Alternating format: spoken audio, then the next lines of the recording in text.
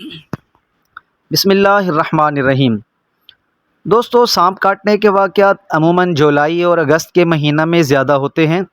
اس کی دو بنیادی وجوہات ہیں۔ پہلی وجہ یہ ہے کہ یہ مہینے نر سانپ اور مادہ سانپ کے ملاپ کے ہوتے ہیں، اور دوسری وجہ بارشوں کا پانی ہے جو عموماً ان کی بلوں میں داخل ہو جاتا ہے۔ مذکورہ دونوں وجوہات کی بنا پر سانپ خشکی کی طرف نکلتے ہیں اور انسانوں سے ٹاکرا ہونے پر انہیں کاٹ لیتے ہیں۔ سانپ عموماً اپنے بچاؤ کے لیے حملہ کرتے ہیں یا ان کے ساتھ چھیڑ چھاڑ کی جائے تو یہ کاٹ لیتے ہیں۔ علامات: سانپ عموماً دو قسم کے ہوتے ہیں۔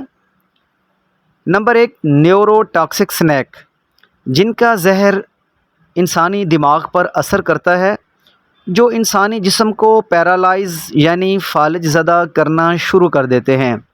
چیزوں کا دھندلا پن یا دو نظر آنا، کھانے اور بولنے میں دشواری، ہاتھ پاؤں میں کمزوری اور لڑکھڑاہٹ، اور پھر سانس لینے میں مشکلات بڑی علامات ہیں۔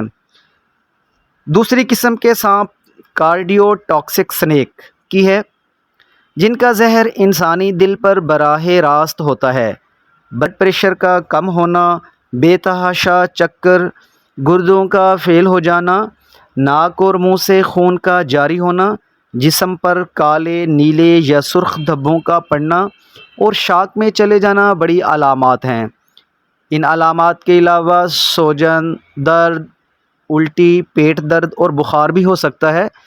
یاد رکھیں، بعض اوقات کچھ بھی نہیں ہوتا، مطلب اس طرح کی کوئی بھی علامت ظاہر نہیں ہوتی۔ سانپ کا زہر انسان کے لیے بہت خطرناک ہو سکتا ہے، تاہم اگر متاثرہ شخص کو بروقت طبی امداد دی جائے تو اس کی جان کو بچایا بھی جا سکتا ہے۔ اقدامات اور علاج: دوستو، جتنی جلدی ممکن ہو سکے مریض کو ہسپتال پہنچا کر اینٹی سنیک وینم کی ڈوز لگوائیں۔ جھاڑ پھونک میں ٹائم ضائع نہ کریں اور ہسپتال پہنچنے سے پہلے تک کے لیے ابتدائی طبی امداد کے لیے مندرجہ ذیل اقدامات کریں۔ نمبر 1، سب سے پہلے فوری طور پر ٹیٹنس کا انجیکشن لگوائیں تاکہ زہر کا اثر فوری طور پر رک سکے۔ نمبر 2، فوری طور پر زیورات، گھڑی اور تنگ لباس وغیرہ اتار دیں، کیونکہ سوجن کے بعد اتارنا مشکل ہو جائے گا۔ نمبر 3، جسم کے جس حصے پر سانپ کاٹے اس جگہ کو ہرگز نہ چوسیں اور نہ ہی چیرا دیں، کیونکہ ایسا کرنے سے زہر آپ کے جسم میں داخل ہو جائے گا۔ نمبر 4، متاثرہ حصے پر کوئی پٹی نہ باندھیں، کیونکہ اس عمل سے خون کی گردش رک سکتی ہے اور جسم کے مزید ٹشوز خراب ہو سکتے ہیں۔ نمبر 5، جس حصہ پر سانپ نے کاٹا ہے اسے حتی الامکان ہلنے جلنے سے بچائیں۔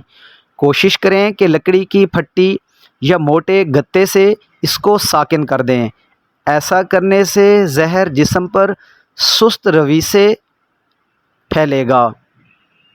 نمبر 6، اگر سانپ کے ڈستے وقت آپ ہوش میں تھے تو اس کی شکل ضرور یاد رکھیں، کیونکہ یہ طبی معاونت کے لیے کارآمد ثابت ہوتی ہے۔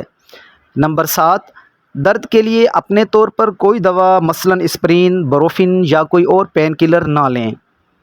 نمبر 8، خود کو پرسکون رکھنے کی کوشش کریں، کیونکہ دل کی دھڑکن جتنی تیز ہوگی سانپ کا اثر اسی تیزی سے جسم میں پھیلے گا۔ دوستو، اس امید کے ساتھ کہ میری آج کی ویڈیو آپ کو اچھی لگی ہوگی، اس کو لائک اور شیئر ضرور کیجئے گا اور میرے چینل کو سبسکرائب کرنا مت بھولیے گا۔ اپنا خیال رکھیے گا۔ اللہ حافظ۔